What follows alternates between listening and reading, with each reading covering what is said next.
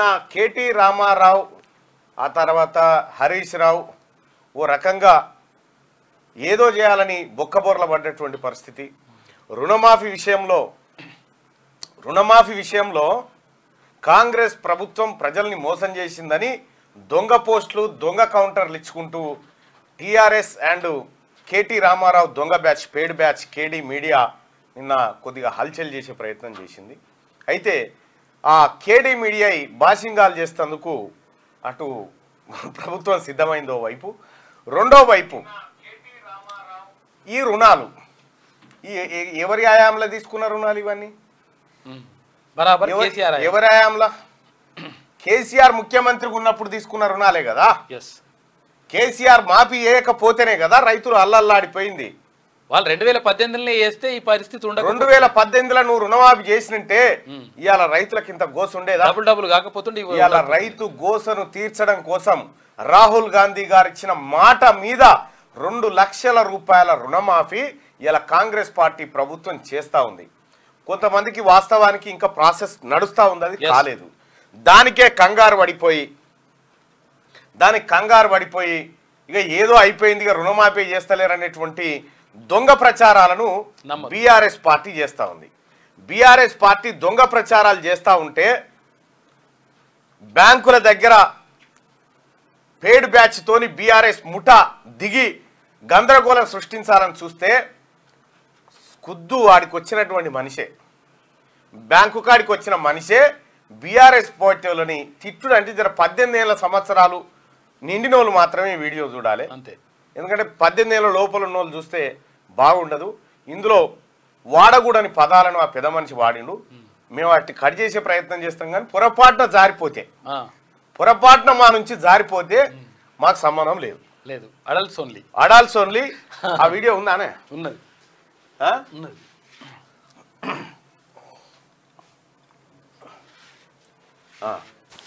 మాకు సంబంధం లేదా మీరు మళ్ళీ ఏమని అనుకునేరు. ఇది ఆ పెద్ద మనిషి కాంగ్రెస్ పార్టీ రుణమాఫీ చేస్తే బీఆర్ఎస్ పార్టీ వాళ్ళు పోయి బ్యాంకు కాడ లొల్లి పెడుతుంటే రైతే దిచ్చిపోతున్నాడు బీఆర్ఎస్ పార్టీ వాళ్ళని. 10 ఏళ్ళు ఏం బీకిర్రా మీరు? ఓ రేషన్ కార్డు ఇయ్యలే, ఓ రుణమాఫీ చేయలే, ఏం చేయలే. ఇవాళ మా ప్రభుత్వం వచ్చి పేదల ప్రభుత్వం వచ్చి రుణమాఫీ చేస్తే బ్యాంక్ కాడ లొల్లి పెడుతున్నారా అని అది మామూలు తిట్టం కాదు. ఇక అది ఇక బీఆర్ఎస్ సోషల్ మీడియా మరి ఇక పేడ్ బ్యాచ్ ఉంది కదా, వానికి సోషల్ మీడియా ఎక్కడ లొటపేసి పైసలు ఇచ్చి చేసేది అంతే. అది ఆ బ్యాచ్ అంతా మరి రాముడు ఎట్లా పురమాయిస్తాడో ఇలా మీదకి ఏకంగా నిన్ను తిట్టినట్టే ఉంది రా రాముడు, నిన్న అన్నట్టే ఉంది.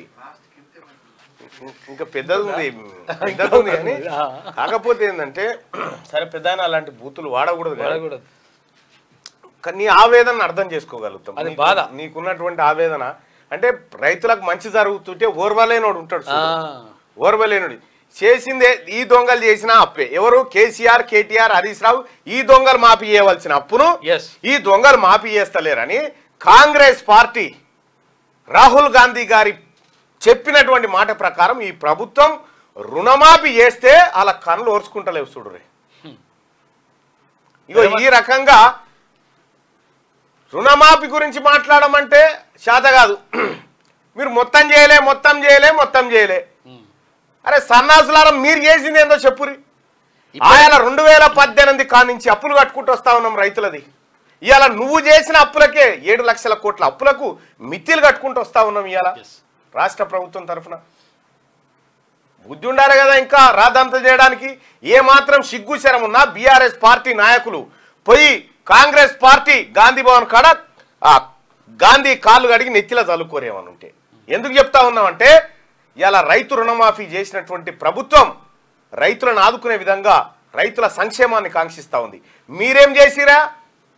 రైతులు అప్పులు తెచ్చుకున్నారు, బ్యాంకులల్లా రుణాలు తెచ్చుకుంటే ఆ రుణానికి వడ్డీ వడ్డీ వడ్డీ వడ్డీ చక్రవడ్డీ అయిపోయి పాపం వడ్డీ లేక తయారైపోయింది. దాన్ని తీరుస్తా అని చెప్పినటువంటి నువ్వు తీర్చకుండా ఏమైంది? ఆఖరికి లక్షలాది మంది రైతులు బ్యాంకు డిఫాల్టర్లు అయిపోయారు. కేసీఆర్ హయాంలో బ్యాంకు డిఫాల్టర్లు అంటే ఎగవేతదారులు అన్నట్టు, విజయ్ మాల్యా లెక్క. రుణమాఫీ కాకుంటే నాకు వచ్చిన రైతు బంధు పైసలని అనలేవాడే. రైతు బంధు పైసలని అడే బీకినాయి, అయిపోయినాయి. ఈ రకంగా కేసీఆర్ పరిపాలన ఉంటే ఇవాళ దొరికిందో అక్కడో ఇక్కడో తీసుకొచ్చి అయ్యో అప్పు అని బతిలాడిపోయి తెచ్చి రైతన్నలను విముక్తులను చేస్తా ఉంటే ఇలా కళ్ళు మండుతా ఉన్నాయి. కేటీ రామారావు ఇంకా మన ఈ చాలా మంది వీళ్ళకు వాస్తవానికి అలా చిన్న ఫోన్ ఉంది. వాస్తవానికి ఈ రుణమాఫీ కాలేదు ఈ లీడర్ చూపిస్తా జరాగురి ఇలా రుణమాఫీ సంగతి చూపిస్తా. గంప గోవర్ధన్ ఉన్నాయా?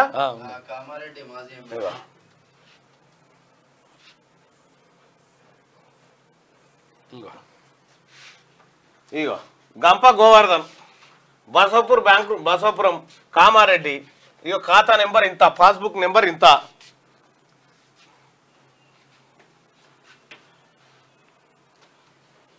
వీళ్ళు ఎటువంటి మనుషులు అంటే అందుకే ఇలా కర్రు కాల్చి వాత పెట్టినా జనం వీళ్ళకి ఇంకా సిగ్గు వస్తలేదు.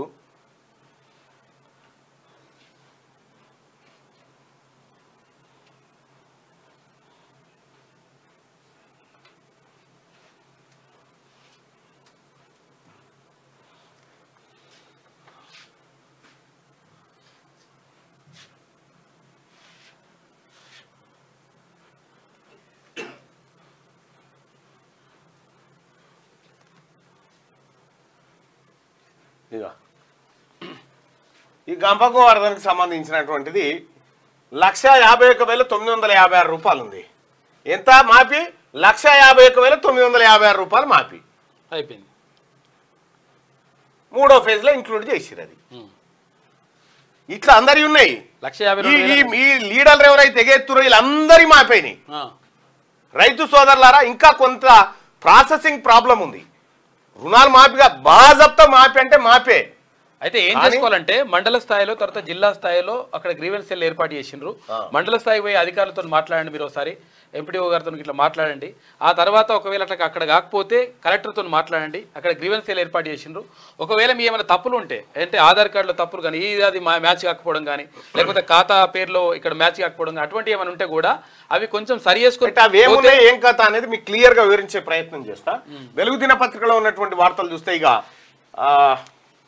ఇగో గిది రుణమాఫీ కాని రైతులు టెన్షన్ పడొద్దు, టెక్నికల్ సమస్యలతో కొందరికి కాలే, వాళ్లకు మాఫీ చేస్తున్నాం. 2 లక్షల పైన లోన్లు ఉన్నోళ్ళు బ్యాలెన్స్ అమౌంట్ కడితే మాఫీకి అర్హులే. ఇక్కడ చాలా మంది అనుకుంటున్నారు, క్లారిటీ రావాలి. చాలా మంది అనుకునేది కొద్దిగా వివరించి చెప్పే ప్రయత్నం చేస్తా.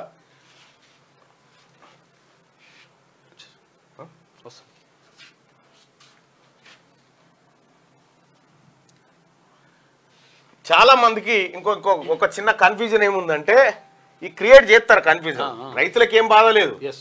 క్లియర్ గా తెలంగాణ ప్రభుత్వం తన జీవోలోనే చెప్పింది, ఒక రైతుకు ఏ అనే రైతుకు 2 లక్షల రూపాయల రుణమాఫీ 2 లక్షలు ఉందనుకో, బి అనే రైతుకు 2,10,000 ఉందనుకో. ఈయనకు 2 లక్షలు ఉంది, ఈయనకు 2,10,000 ఉంది. అయితే ఈయనది మాఫీ క్లియర్ గా. ఈయనది ఎప్పుడైతుంది? ఈ మీది 10,000 రైతు కట్టుకోవాలి. 2 లక్షల మీది 10,000 ఈయన కట్టుకొని దాన్ని 2 లక్షలకు తెస్తే ఈ 2 లక్షలు మాఫీ చేస్తుంది ప్రభుత్వం. ఇది క్లియర్. దానికి కూడా 4 నెలల టైం ఇచ్చిండ్రు కావాలంటే. దానికి కూడా మళ్ళీ 4 నెలల టైం ఉత్తగా కాదు, ఇప్పుడే కావాలంటే కట్టాలంటే కుదరదు. కాబట్టి మీరు 10,000 అప్పుడు కేసీఆర్ 2018లో ఎంత తీసుకున్నావు నువ్వు అప్పు? ఎవరు అప్పుడు నేను 90,000 తీసుకున్నా. 90,000 తీసుకుంటే ఎంత అయింది? అది 2 లక్షలు అయింది. ఎంత? 2 లక్షలు అయింది. 2 లక్షల రూపాయలు అప్పు అయింది. ఈ 2 లక్షల రూపాయల అప్పుకు కారణం మిత్తే 1,10,000 రూపాయలు అయింది. సుదర్శన్ పేరు మీద రైతు బంధు పైసలు 20,000 వేస్తే ఇటే వీకినాయి. ఏది పంట కట్టే కథం. ఆఖరికి వడ్ల పైసలు కూడా పట్టిన పడితే ఇళ్ళకే పోతాయి కథం. ఇగో ఇది కేసీఆర్ పరిపాలన. బ్యాంక్ మేనేజర్ రైతులు దాదాపు ఒక 25 లక్షల మంది రైతులు లోన్ తీసుకునేటప్పుడు బ్యాంకు వాళ్ళు పాన్ కార్డు అడుగుతారు. పర్మనెంట్ అకౌంట్ నెంబర్ ఇది అడుగుతారు. పాన్ కార్డు అడిగితే ఆ పాన్ కార్డు పెట్టిరు రైతులు 2018 పాన్ కార్డు పెట్టి రుణం తెచ్చిరు. అయితే ఇది ఏడాదికి కట్టాలి, ఏడాదిలో కడతామని తెచ్చిరు.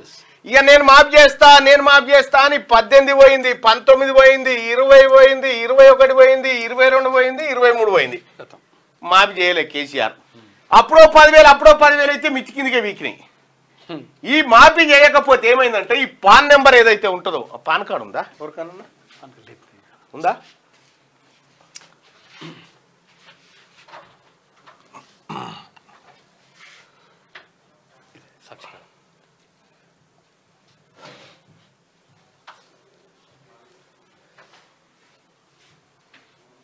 ఇగో పాన్ కార్డ్ అని ఇట్లుంటుంది. ఈ పాన్ కార్డు ఇస్తే ఏమైంది ఆఖరికి, ఈ పాన్ కార్డు వల్ల రుణం తెచ్చుకుంటే ఇగో ఇదే పాన్ కార్డు, ఇది పాన్ కార్డు, ఇది పెట్టి ఇది ఇస్తేనే రుణం ఇస్తారు.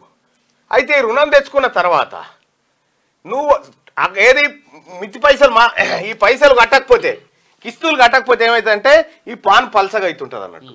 పాన్ పల్సగా అంటే ఇగో ఈ నెంబర్ ఉంటుందిగా, పాన్ ఎందుకు పల్సగా అవుతుంది అంటే ఎగేస్తాడు. నువ్వు ఏమేం చేస్తావు అంతా ఇల్లు ఉంటుంది. నువ్వు ఏడేడు అప్పు తీసుకున్నావు, ఏడేగా పెట్టావు, ఎప్పుడు కట్టాల్సిందే, ఎందుకే ఏగనామం పెట్టావు అంత ఇంట్లో నెంబర్ ఉంటుంది. ఈ నెంబర్లా ఇదంతా పల్సగా అయిపోయి ఏమైంది, రైతులకు రుణాలే ఇచ్చే పరిస్థితి లేకుండా పోయింది. బ్యాంకు అందరు రైతులను దాదాపుగా డిఫాల్టర్లుగా ప్రకటించే పరిస్థితికి తెచ్చాడు. ఈ పాన్ దాదాపు 700 పైచిలకు పాయింట్స్ ఉంటాయి. దీని పైన ఉంటేనే సివిల్ స్కోర్ పైన ఉంటేనే లోన్లు వస్తాయి. కానీ రైతులది 250-300కు తెచ్చిండు కేసీఆర్. మొత్తం బడగొట్టి వీళ్ళంతా బ్యాంకు డిఫాల్టర్లు అయిపోతే వీళ్ళందరినీ రక్షించడానికి ఇప్పుడు కాంగ్రెస్ పార్టీ ప్రభుత్వం వచ్చి రుణాలు మాఫీ చేసి మళ్ళీ రైతులందరినీ సామాన్య పరిస్థితికి తీసుకొస్తా ఉంది. ఇగో ఇది కండ్లమంట వాళ్ళది. ఇప్పుడు బీఆర్ఎస్ పార్టీ కండ్లమంట. ఇది పేరు వస్తుంది.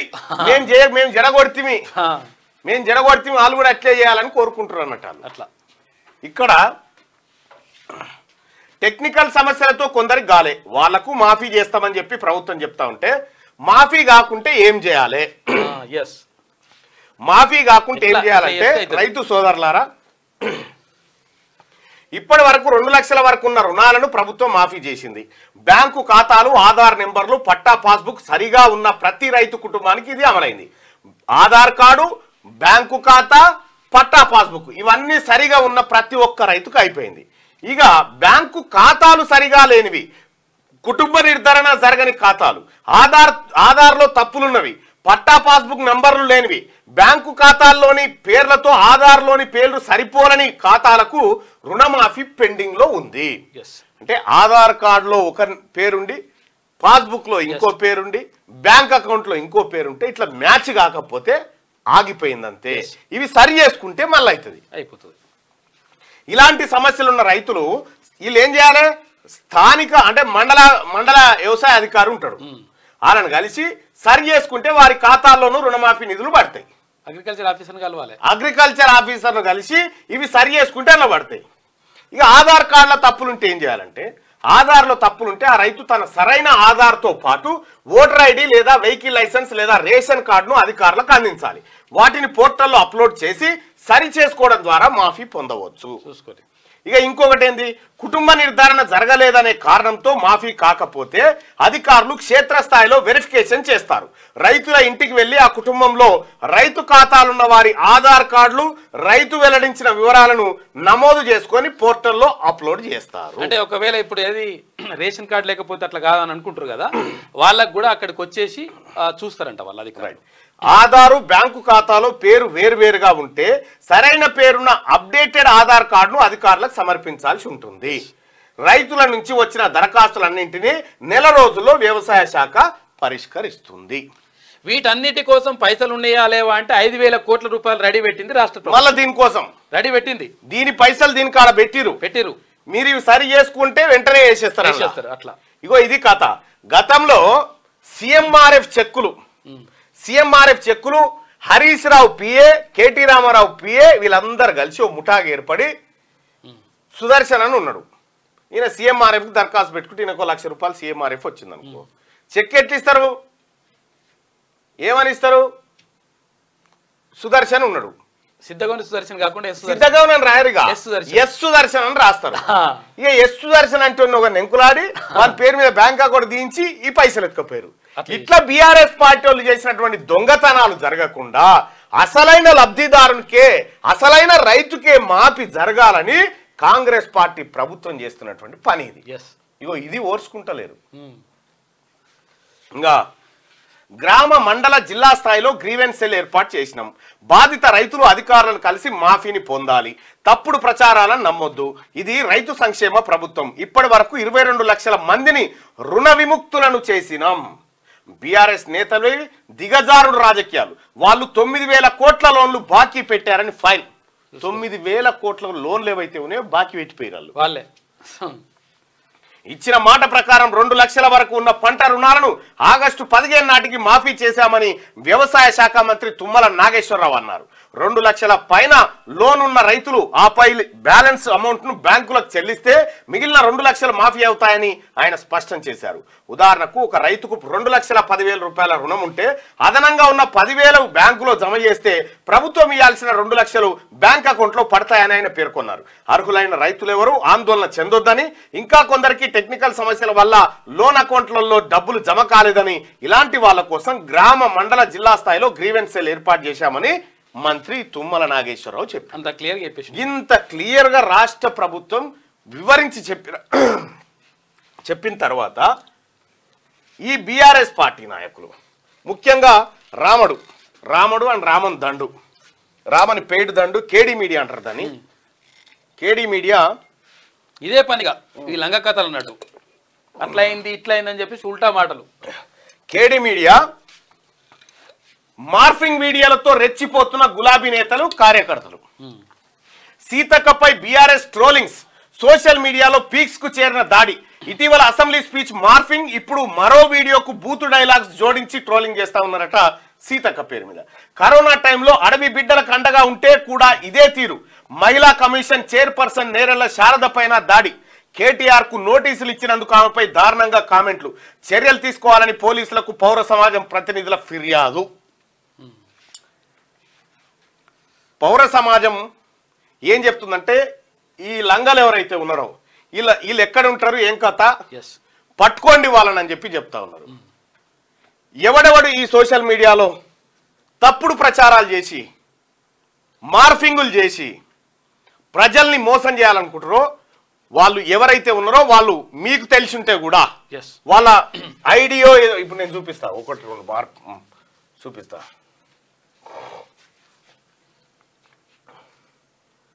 వీళ్ళకి రావాలి కదా, వీళ్ళు ఇంకా రాలే.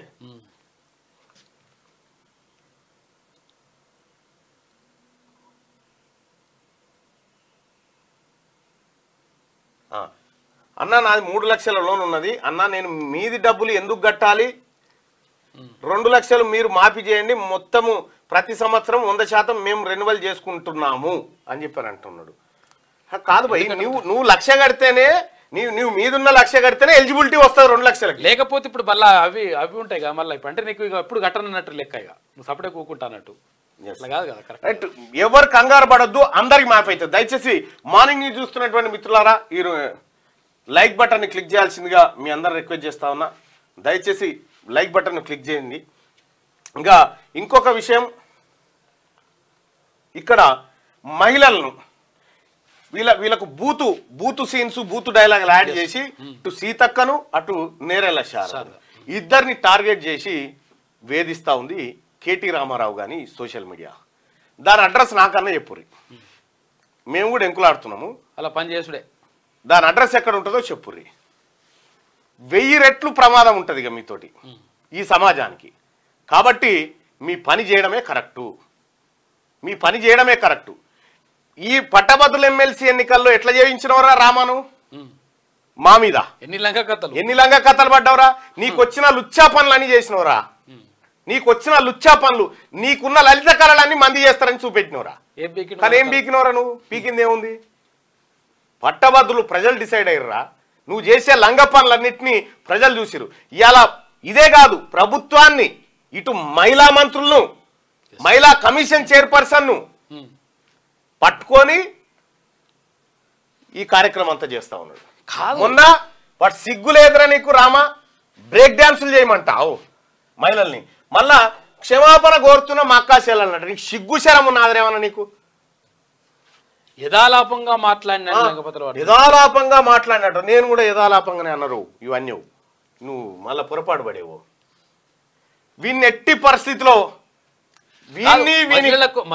వీని కేడీ మీడియాని ఎట్టి పరిస్థితిలో వదిలిపెట్టే ప్రసక్తే లేదు వాస్తవం చెప్పు ఎవడొద్దంటుండు మహిళలు అంటే గతంలో ఇట్లా ఇదే బలం ఇప్పుడు కూడా ఇట్లా ఉండదు దేశం కోసం కదా నా కోసం కదా సోడిగా వీడొక సంఘ విద్రోహ శక్తిగా మారిపోయిండు కేటీ రామారావు అంటాడు సంఘ విద్రోహ శక్తి కేటీ రామారావుని గొర్ర గుంతుకొచ్చి అమరవీరుల స్తూపం దగ్గర ముక్కు నాలుగు రాపియాలి మహిళా సోదరుమణులంతా ఇగో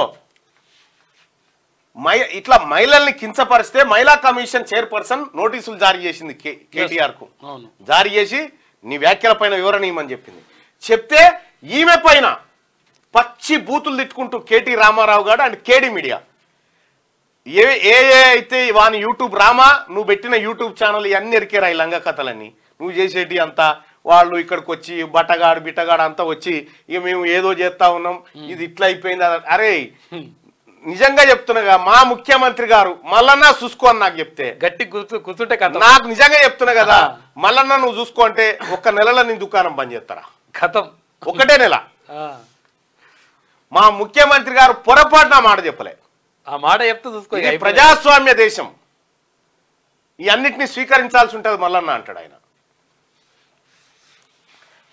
కేటీఆర్ కు నోటీసులు ఇచ్చినందుకు ఆమెపై దారుణంగా కామెంట్లు చర్యలు తీసుకోవాలని పోలీసులకు పౌర సమాజం ప్రతినిధులు ఫిర్యాదు మంత్రి సీతక్క లక్ష్యంగా సోషల్ మీడియాలో బీఆర్ఎస్ నేతలు కేటీఆర్ అభిమానులు కేటీఆర్ ఫ్యాన్స్ చేస్తున్న దాడులు శృతిమించుతున్నాయి గతంలో ప్రతిపక్ష ఎమ్మెల్యే ఈడు వాడు రౌడీ ఉండే కంటోన్మెంట్ గుండా క్రిషాంగ్ గారు ఏడున్నాడు ఉన్నాడా ఏమో కనిపిస్తలేడు గతంలో వాడు ఈ బ్యాచ్ అంతా వాడు వాని పక్క పొంట వాడు ఉంటాడు వాడు ఆడ దొరుకుతారో పట్టుకోవాలన్నా వాడు వాని పక్క పొంటోడు వాళ్ళ మీద కేసులని వాళ్ళు పట్టుకొచ్చేయాలి వాళ్ళని గతంలో ప్రతిపక్ష ఎమ్మెల్యేగా ఉన్నప్పుడు ఈ తరహా వేధింపులు మొదలైన నిరుడు అసెంబ్లీ ఎన్నికల ఫలితాలు వచ్చి మంత్రిగా ఆమె ప్రమాణం చేసినప్పటి నుంచి మరింత పెరిగాయి సీతక్క ఎక్కడ ఏం మాట్లాడినా అందులో కొన్ని మాటలను కట్ చేసి వాటిని బూతు డైలాగ్స్ సొంత స్క్రిప్ట్ యాడ్ చేసి ఫేస్బుక్ ట్విట్టర్ ఇన్స్టా వాట్సాప్ గ్రూపుల్లో సర్క్యులేట్ చేస్తా ఉన్నారు ఎవడన్నా ఇట్లాంటి తప్పులు మీ ఊరి వాట్సాప్ గ్రూప్ లో కానీ ఎక్కడన్నా ఈ తప్పుడు మార్పింగ్ వీడియోలు పెడితే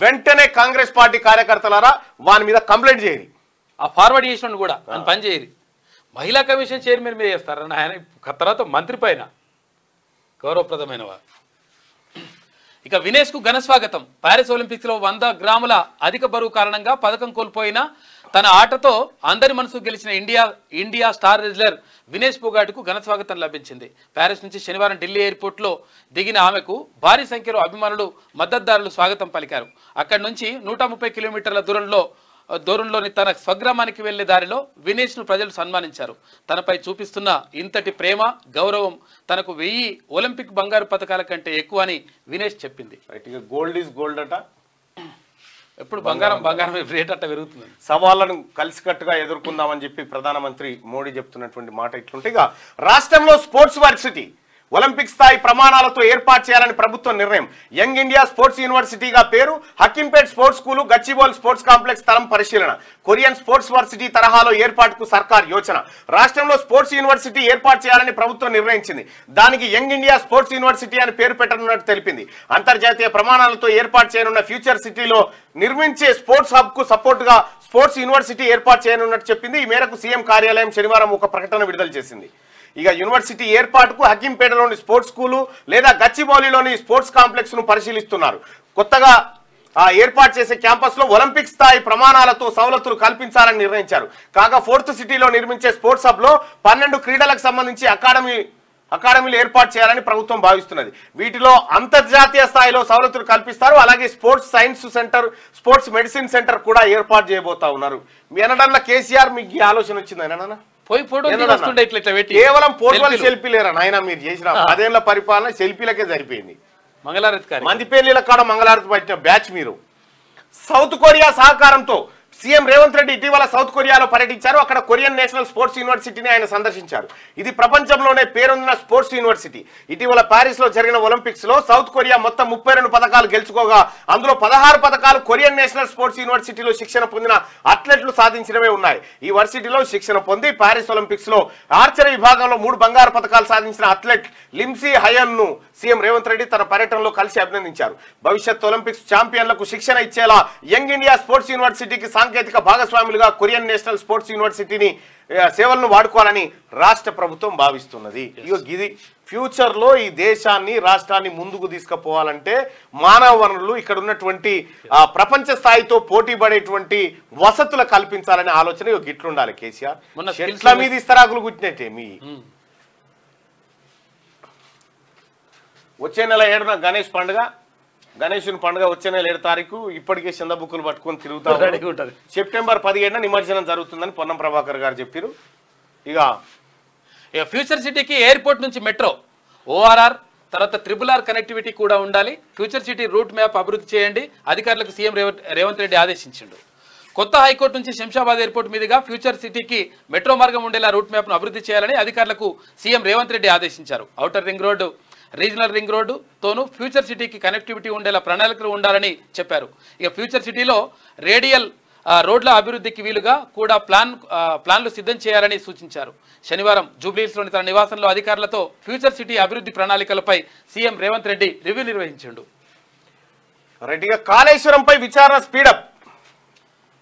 2 వారాలు రాష్ట్రంలోనే commission chairman justice PC Ghosh అఫిడవిట్లు సమర్పించిన వారికి క్రాస్ ఎగ్జామినేషన్. ఇంకా అఫిడవిట్ ఇవ్వని మాజీ సీఐ సోమేష్ కుమార్, కమిషన్ ముందు హాజరైన జలవనరుల అభివృద్ధి సంస్థ మాజీ చైర్మన్ ప్రకాష్.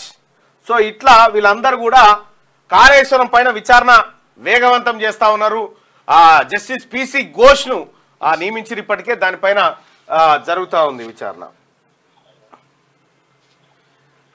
ఇక ప్రభుత్వ భూములకు జియో మ్యాపింగ్. రాష్ట్ర ప్రభుత్వ భూములు స్థిరాస్తులను జియో ట్యాగింగ్, జియోథెరపీ మ్యాపింగ్ చేయనున్నట్టు రాష్ట్ర ప్రణాళికా సంఘం వైస్ చైర్మన్ జి చిన్నారెడ్డి తెలిపారు.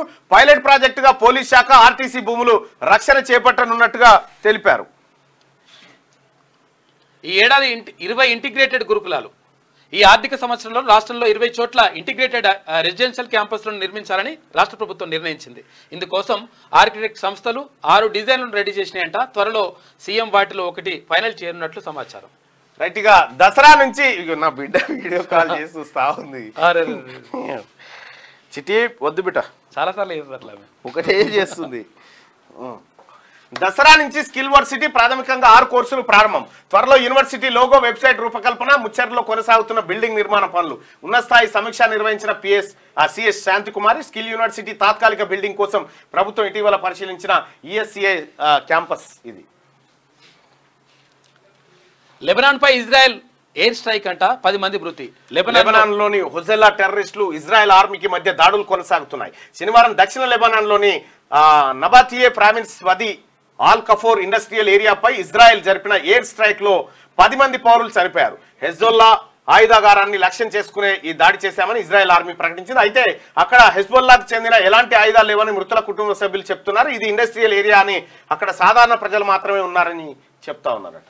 ఇది ఇట్లుంటే రోడ్డెక్కిన డాక్టర్లు ఎమర్జెన్సీ మినహా మిగతా సేవలని బంద్. కోల్కతా ఘటనపై బగ్గుమన్న డాక్టర్లు దేశవ్యాప్తంగా 24 గంటల నిరసన దీక్ష. రాష్ట్ర వ్యాప్తంగా నిరసనలు, ర్యాలీలంటూ దారుణాతి దారుణమైనటువంటి ఘోరం జరిగింది కోల్కతాలో. ఇక దానిపైన డాక్టర్లంతా నిరసన వ్యక్తం చేస్తా ఉన్నారు. డాక్టర్ల నిరసనకు సంపూర్ణ మద్దతు తెలియజేస్తారు. ఇక దేశవ్యాప్తంగా డాక్టర్ల నిరసనలు అపరకాలి అవతారం ఎత్తిరట. ఈ కార్టూన్ చూస్తే మనకు అర్థమవుతుంది. సో ఇది వెలుగు దినపత్రిక. ఒకసారి ఆంధ్రజ్యోతి చూద్దాం. Stop log success. తుంగభద్ర జలాశయంలో నిలిచిన నీరు విజయవంతంగా 5 ఎలిమెంట్లు అమరించిండ్రంట. ఇక్కడ నీళ్ళు పోతుండే కదా, నీళ్ళు పోతుంటే ఆ ఫ్లోల్ని అమర్చిండ్రు. అమర్చి సక్సెస్ అయింది. లేకపోతే మొత్తం నీళ్ళని పోతుండే, మొత్తం ఉన్న టీఎంసీలని పోతుండే. రైట్ గా ఆర్కే కొత్త పలుకు. కారు కమలం కలిసిపోతాయా? త్వరలో భారతీయ జనతా పార్టీలో భారత రాష్ట్ర సమితి విలీనం అవుతుంది. మాజీ సీఎం కేసీఆర్ కు గవర్నర్ పదవి ఇస్తారు. కవితకు బెయిల్ కూడా వస్తుంది. తెలంగాణ ముఖ్యమంత్రి రేవంత్ రెడ్డి తాజాగా ఢిల్లీలో చేసిన వ్యాఖ్యలు ఇవి. భారత రాష్ట్ర సమితి నిజంగానే రెండు జాతీయ పార్టీలలో ఏదో ఒక దానిలో విలీనం కాక తప్పదా? బీఆర్ఎస్ కు ఈ దుస్థితి ఎందుకు వచ్చింది? విలీనం వార్తలను బీఆర్ఎస్ ముఖ్యులు ఎందుకు గట్టిగా ఖండించలేకపోతున్నారు? కేంద్రంలో బీజేపీని గద్దె దించుతామని కొంతకాలం క్రితం వరకు ప్రతిజ్ఞలు చేసిన కేసీఆర్ ఇంత బలహీనంగా ఎందుకు మారిపోయారు? ఢిల్లీ లిక్కర్ కుంభకోణంలో నిందితురాలుగా ఉన్న కేసీఆర్ కుమార్తె కవిత ప్రస్తుతం తిహార్ జైల్లో ఉన్నారు. తన బిడ్డ నెలల తరబడి జైల్లో ఉండాల్సి రావడాన్ని కేసీఆర్ భరించలేకపోతున్నారు. కవితను బెయిల్పై విడిపించుకునేందుకు కేసీఆర్ చేయని ప్రయత్నం లేదు. ఈ క్రమంలో ఆయన బీజేపీ సహాయాన్ని ఆర్థించడం వాస్తవం. కేటీఆర్, హరీష్ రావులు 2-3 సార్లు ఢిల్లీ వెళ్లి మంత్రాంగం కూడా నడిపారు. రాజకీయ వర్గాల్లో ప్రచారం జరుగుతున్నట్టుగా వారిరువురు ఢిల్లీలో ప్రధాని నరేంద్ర మోడీ, కేంద్ర మంత్రి అమిత్ షాలను కానీ కలవలేదు. మరెవరిని కలిసి ఉంటారు? బీజేపీతో రాజీ కుదుర్చడానికి చొరవ తీసుకున్న ప్రముఖుడు ఎవరు? ఆయనకు ప్రధాని మోడీ వద్ద నిజంగా అంత పలుకుబడి ఉందా? వంటి సందేహాలు సహజంగానే కలుగుతాయి. ఈ మొత్తం వ్యవహారంలో ఒక ప్రముఖ వ్యక్తి కీలక పాత్ర పోషించారు. ఆయన ప్రస్తుతం ఒక రాష్ట్రానికి గవర్నర్ గా కూడా ఉన్నారు. ఆంధ్రప్రదేశ్ లో తెలుగుదేశం, బీజేపీ మధ్య పొత్తు కుదరడంలో కూడా ఆయనే ప్రధాన పాత్ర పోషించారు. దీంతో రంగంలోకి దిగిన గవర్నర్ బీఆర్ఎస్ ముఖ్యులకు సంకేతాలు పంపారు. మొదటి దఫా చర్చలలో పురోగతి లేకపోయినా రెండోసారి చర్చల్లో మాత్రం ఎవరికి ఏమి కావాలన్న దానిపై స్పష్టత ఏర్పడింది. బీఆర్ఎస్ కు ఏమి కావాలో తెలిసిందే కనుక తమకు ఏమి కావాలో రెండో దఫా చర్చల సందర్భంగా సదరు గవర్నర్ తో పాటు ఆర్ఎస్ఎస్ నాయకులు స్పష్టం చేశారు. జైల్లో ఉన్న కవిత విషయంలో సహాయ సహకారాలు లభించాలంటే బీఆర్ఎస్ ను బీజేపీలో విలీనం చేయాలని లేదా పొత్తు పెట్టుకుంటున్నట్టు ప్రకటించాలని, ప్రతిగా కేసీఆర్ గవర్నర్ పదవి ఇస్తారని, హరీష్ కు కేంద్ర మంత్రి పదవి ఇస్తారని ఆ గవర్నర్ తో పాటు ఆర్ఎస్ఎస్ ప్రతినిధులు ప్రతిపాదించారు. ఆ తర్వాత బీజేపీ రాష్ట్ర అధ్యక్షుడిగా హరీష్ ను నియమిస్తామని కూడా ప్రతిపాదించినట్టు తెలిసింది. ఇక కేటీఆర్ భవిష్యత్ విషయమై ఎటువంటి చర్చ జరగలేదని అంటున్నారు. కేసీఆర్ కుటుంబం రాజకీయాల నుంచి నిష్క్రమించాలన్నది బీజేపీ పెద్దల అభిమతంగా ఉన్నట్టుగా చెబుతున్నారు. ఇక పార్టీని విలీనం చేయాలని కోరవద్దని, పొత్తు పెట్టుకొని ముందుకు వెళ్దామని బీఆర్ఎస్ ముఖ్యులు ప్రతిపాదించారు. ఈ దశలో చర్చలు అప్పటికీ ముగిశాయి. ఢిల్లీ చర్చల వివరాలను కేటీఆర్, హరీష్ రావు తమ నాయకుడు కేసీఆర్ వివరించారు. భారతీయ జనతా పార్టీలో తమ పార్టీని విలీనం చేయడం ఆత్మహత్య సదృశ్యమవుతుందని భావిస్తున్న కేసీఆర్ అండ్ కో అప్పటి నుంచి మౌనంగా ఉంటున్నారు. కవిత బెయిల్ పిటిషన్ ఈ నెల 28న సుప్రీంకోర్టులో విచారణకు రానుంది. ఆ రోజు కవితకు బెయిల్ లభించవచ్చని బీఆర్ఎస్ నాయకులు ఆశగా ఉన్నారు. ఇదే జరిగితే బీజేపీతో తదుపరి చర్చలు ప్రస్తుతానికి ఉండకపోవచ్చు. ఇక్కడ కర్మఫలాన్ని ఎవరు తప్పించుకోలేరంటారు. కేసీఆర్ పరిస్థితి కూడా ప్రస్తుతం అలాగే ఉంది. అధికారంలో ఉన్నప్పుడు ఓటుకు నోటు కేసులో ప్రస్తుత సీఎం రేవంత్ ను జైలుకు పంపి ముప్పు తిప్పలు పెట్టారు. ఒక్కగానొక్క కుమార్తె వివాహ వేడుకలను కూడా దగ్గరుండి జరిపించుకోలేని పరిస్థితి రేవంత్ కల్పించారు. ఇప్పుడు కేసీఆర్ ప్రతిపక్షంలో కూర్చోవలసి రాగా రేవంత్ సీఎం స్థానంలో కూర్చున్నారు. ఇక కవిత జైల్లో ఉండకపోతే బీజేపీతో సయోధ్యకు ప్రయత్నించాల్సిన అవసరం కేసీఆర్ కు ఉండేది కాదు. అధికారంలో ఉన్నప్పుడు విర్రవీగిన కేసీఆర్ లో ఇంత బేలతనం చూస్తామని అనుకున్నామా? అధికారం అనుభవించడానికి అలవాటు పడిన నాయకులలో పోరాట పటిమ పోతున్నదనే దుస్థితి. బీఆర్ఎస్ ను విలీనం చేసుకోవడం వరకు బీజేపీ రాష్ట్ర నేతలకు అభ్యంతరాలు లేవు. పొత్తు ప్రతిపాదనను మాత్రం వ్యతిరేకిస్తున్నారు. అయితే రాష్ట్ర నాయకులకు కేంద్రంలో పెద్దగా పలుకుబడి లేదు. ప్రధాని మోడీ, హోంమంత్రి అమిత్ షాలను ప్రభావితం చేయగలిగిన శక్తి తెలుగునాట బీజేపీ నాయకులకు ఎవరికీ లేదు. బీజేపీతోని బీఆర్ఎస్ పార్టీ సంప్రదింపులకు పోయింది అని ఆర్కే కొత్త పలుకులో కుండబద్దలు కొట్టి బయటపెట్టిండు. ఒక గవర్నర్ ద్వారా హరీష్ రావు, కేటీఆర్ పోయి మా చెల్లెని జైళ్ళకేని బయటికి తీసుకురావాలి, మీకేం కావాలనో చెప్పుర్రి, మీకు అంటే వాళ్ళు మీ పార్టీని మా దాంట్లో విలీనం చేయరని వాళ్ళు ప్రతిపాదన, కేసీఆర్ను గవర్నర్ చేస్తారని, ఆ తర్వాత హరీష్ రావును కేంద్ర మంత్రిని చేస్తారని చర్చలు జరిగినట్టుగా ఆర్కే కొత్త పలుకులో ఇది వచ్చింది. ఇక దీన్ని ఖండించలేరు, ఎందుకంటే ఆర్కేకి ఇవన్నీ తెలుసు కాబట్టి. తెలుసు బీజేపీలో బీఆర్ఎస్ కలుసుడే, ఇక ఇంకొక ఆప్షనే లేదుగా. చిక్కుల్లో సిద్ధు ముడా వివాదం కేసు నమోదుకు గవర్నర్ అనుమతి. కర్ణాటక సీఎం భార్యకు చెందిన భూమిలో పార్కు నిర్మాణం ముడా తీసుకుంది. 3.16 ఎకరాల వ్యవసాయ భూమి, పరిహారంగా 14 ప్లాట్లు, అవి దళితులవి. ప్రతిపక్షాలు కేంద్రం చేతిలో గవర్నర్ కీలుబొమ్మగా మారారు. ప్రజాప్రభుత్వాన్ని అస్థిరపరిచేందుకు భారీ కుట్ర. బీజేపీ, జేడీఎస్ రాష్ట్ర నాయకులే సూత్రధారులు. న్యాయ పోరాటం చేస్తా అని ముఖ్యమంత్రి సిద్ధరామయ్య తప్పుడు ఫిర్యాదుతో సీఎంను ఇరికించే కుట్ర అని డీకే శివకుమార్ ఆరోపణ. ఇక్కడ మైసూరు నగరాభివృద్ధి ప్రాధికార కుంభకోణం కీలక మలుపు తిరిగింది. ఈ అంశంలో కర్ణాటక ముఖ్యమంత్రి సిద్ధరామయ్యపై క్రిమినల్ కేసు నమోదు చేసేందుకు గవర్నర్ దవర్చంద్ గెహ్లోట్ శనివారం అనుమతులు ఇచ్చారు. ఈ నిర్ణయం రాష్ట్ర రాజకీయాలను కుదిపేసింది. ముడాలో 14 ఇంటి స్థలాలను తన సతీమణి పార్వతి పేరిట అక్రమంగా తీసుకున్నారని సిద్ధరామయ్య ఆరోపణలు ఎదుర్కొంటున్నారు. సీఎం ప్రాసిక్యూషన్ కు గవర్నర్ అనుమతించడంతో ఒక్కసారిగా గందరగోళం నెలకొంది. జిల్లాల పర్యటనలో ఉన్న మంత్రులంతా హుటాహుటిన బెంగళూరుకు బయలుదేరారు. సీఎం సిద్ధరామయ్యపై ప్రాసిక్యూషన్ కు అనుమతులు ఇచ్చిన పత్రాలు రాష్ట్ర ప్రభుత్వ ప్రధాన కార్యదర్శి శాలిని, రజనీష్, సీఎం కార్యదర్శి, అదనపు ముఖ్య కార్యదర్శి ఎల్కే అతిక్కు రాజ్భవన్ నుంచి అందాయి. కేంద్ర ప్రభుత్వం చేతిలో గవర్నర్ కీలుబొమ్మగా మారని ప్రాసిక్యూషన్ కు అనుమతులు అందుకే ఇచ్చారని చెప్తా ఉన్నారు. కేబినెట్ భేటీ అనంతరం బయటకు వస్తున్న సిద్ధరామయ్య అక్కడ బీజేపీ గవర్నర్ అడ్డం పెట్టుకొని సిద్ధరామయ్యను ఇరికించేటువంటి కుట్ర చేస్తుందనేది వాళ్ళ ఆరోపణ. లేదు, ఆయన భార్య పేరు మీద 14 ప్లాట్లు తీసుకున్నారనేటువంటి ఆరోపణ అటు వాళ్ళు చేస్తా ఉన్నారు. ఇంకా క్రీడల varsity, young India sports university పేరిట ఏర్పాటు. హకింపేట లేదా గచ్చిబౌలిలో స్థల పరిశీలన, ఫ్యూచర్ సిటీలో అంతర్జాతీయ ప్రమాణాలతో 12 అకాడమీలు, సైన్స్, మెడిసిన్ సెంటర్లు వెల్లడించిన సీఎం ఆనంద్ మహీంద్రా ట్వీట్ కు జవాబు. త్వరలో దక్షిణ కొరియా స్పోర్ట్స్ వర్సిటీతో ఒప్పందం. 4వ నగరికి రై ప్రపంచంలోనే అతిపెద్ద 2 అంతస్తుల ఫ్లైఓవర్ మెట్రో, 18 కిలోమీటర్ల మేర 200 అడుగుల ప్రత్యేక రహదారి నిర్మాణం, కింద 10 వరుసల రోడ్డు, దానిపై 6 లేదా 8 వరుసలు, వీటిపైన మెట్రో రైల్ పూలింగ్ విధానంలో భూసేకరణ. కొత్త హైకోర్టు నుంచి ఫ్యూచర్ సిటీ వరకు మెట్రో రైలు. మంత్రి ఉన్నతాధికారులతో సమీక్షించిన సీఎం రేవంత్. సీఎం సోదరుడైతే పెట్టుబడులు పెట్టకూడదా? కేటీఆర్ సోదరుడు సోదరి వచ్చినా ఆహ్వానిస్తాం. అప్పటి ఒప్పందాలు అమల్లో, సక్సెస్ రేటు 30%. త్వరలో అమెజాన్, పెప్సికో పెట్టుబడులు అని చెప్పి మంత్రి దుద్దిల శ్రీధర్ బాబు. ఇది నిన్న గవర్నమెంట్ వ్యవహారం. ఇక వైద్యుల భద్రతపై కమిటీ నియమిస్తామని ప్రకటించిన కేంద్రం. దేశవ్యాప్తంగా స్తంభించిన ఓపీ సేవలతో తీవ్ర ఇబ్బందులు పడ్డ రోగులు. వరుసగా 2వ రోజు సిబిఐ ఎదుటకు ఆర్టికర్ కాలేజ్ మాజీ ప్రిన్సిపల్. దిగజారుడు రాజకీయాలు, రైతులను అయోమయానికి గురి చేస్తున్న ప్రతిపక్షాలు. 2 లక్షల లోపు రుణాలు, రైతు రుణాల్ని మాఫీ చేశాం. 22,37,848 మందికి 17,933 కోట్లు ఇచ్చాం. రుణమాఫీ కాని వారు ఏఈఓలను కలవాలి.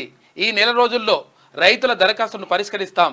ఇక వ్యవసాయ శాఖ మంత్రి తుమ్మల నాగేశ్వరరావు చెప్తుంటే క్లియర్ గా అందరికీ వేస్తామని చెప్తున్నారు. అర్హులందరికీ. బీజేపీ రాష్ట్ర ఇన్ఛార్జిగా అభయ్ పాటిల్, తెలుగు రాష్ట్రాల్లో సభ్యత్వ నమోదు ఇన్ఛార్జిగా అరవింద్ మీనన్, ఏపీలో పార్టీ అధ్యక్షురాలు పురంధేశ్వరికి తమిళనాడు, కేరళ, పుదుచ్చేరి బాధ్యతలు కూడా అప్పగింత.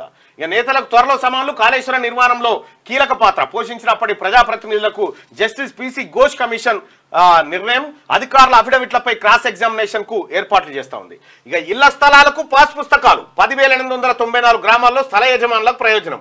సాదా బైనామా పరిశీలన, హక్కుపత్రాల జారీ, ధరణిలో నమోదు కాని అర్హులకు కూడా అధికారం. ఆర్డీఓకు తప్పు. పాత పాస్ పుస్తకాల కొనసాగింపు, ధరణిలో జరిగిన తప్పుల సవరణకు అవకాశం. కొత్త ఆర్ఓఆర్ అమల్లోకి వస్తే తగ్గనున్న వివాదాలు. దేశంలోనే భూదార్ తొలి రాష్ట్రంగా తెలంగాణ. మనిషికి ఆధార్ కార్డు ఎట్లనో ఇక భూమికి కూడా భూదార్ కార్డు అని ఇస్తారట. ఈ భూదార్ కార్డు ద్వారా ఇక ఒకని భూమిలోకి ఒకటి జొరబడి ఒకని గెట్టు ఒకటి గుంజుకునే పరిస్థితి లేకుండా చేస్తారట. ఇక కేసీఆర్ ధరని తెస్తే ఈయన భూమి ఆనికి, ఆని భూమి ఆనికి, ఆని భూమి ఈయనకి చేసిండు. సీఎం రేవంత్ రాజీనామా చేయాలి. 54% మంది రైతులకు రుణమాఫీ కాలేదు. తొండిలో తోపు, బూతులు తిట్టడంలో టాపు. నా క్యాంపు కార్యాలయంపై దాడి చేయించారు. భౌతిక దాడులు చేస్తారని అనుమానం ఉంది. హరీష్, ఎంతమందికి మాఫీ అయిందో తెలుసుకుందాం. తేదీ, స్థలం చెప్పాలంటూ సీఎం రేవంత్ కు సవాల్. సిద్దిపేటలో బీఆర్ఎస్ వర్సెస్ కాంగ్రెస్ ఇరు వర్గాల ఆందోళన, ఉద్రిక్తత, పోలీసుల లాఠీచార్జ్. బీజేపీలోకి రేవంత్ ఖాయం. 24 మహిళా కమిషన్ కు రాష్ట్రంలో మహిళలపై దాడుల వివరాలు ఇస్తా అని చెప్పి కేటీ రామారావు అంటా ఉండట. నువ్వేనా మహిళల మీద దాడి చేసి? ఇప్పుడు ఇందాక ముగ్గురు పుడితే డైరెక్టర్ జనరల్ గా నిమ్మగడ్డ రమేష్ కుమార్ రేపు బాధ్యతల స్వీకరణ చేయబోతా ఉన్నారట ఈయన. ఇవి ఆంధ్రజ్యోతి పత్రికలో ఉన్నటువంటి వార్తా కథనాలు. దయచేసి మార్నింగ్ న్యూస్ చూస్తున్నటువంటి మిత్రులారా ఈ లైక్ బటన్ ని దయచేసి క్లిక్ చేయండి, లైక్ చేయండి, అలాగే షేర్ చేయండి. ఒక్క క్షణం దీనికోసం కేటాయించండి. ఒక చిన్న పోల్ కార్యక్రమం కూడా ఉంది. ఆ పోల్ మాఫీ కాలేదు కాని వాళ్ళు ఏం టెన్షన్ పడకూడదు. ఒకవేళ ఏమేమైతే అర్హతలు ఉంటాయో అవన్నీ కూడా ఆ పేపర్ సబ్మిట్ చేయాలి. సబ్మిట్ చేస్తే అయిపోయి ఏముంది. మండల ఆఫీసులో కానీ తర్వాత ఇక్కడ కలెక్టర్ ఆఫీసులో కానీ ఇవి సబ్మిట్ చేస్తే అందరికీ రుణమాఫీ అవుతుంది. బరాబర్ అర్హత ఉన్న వాళ్ళందరికీ అవుతుంది 2 లక్షల లోపు. 65,000 ఉన్న మాఫీ కాలేదంటే ఒకసారి పోయి కనుక్కోరు ఎందుకు మాఫీ కాలేదు, కారణం చెప్తారు వాళ్ళు. చెప్తే ఆ తర్వాత దాన్ని సంబంధిత డాక్యుమెంట్లు అప్లోడ్ చేస్తే లేకపోతే వాళ్ళకి ఇచ్చేస్తే మాఫీ చేసేస్తారు.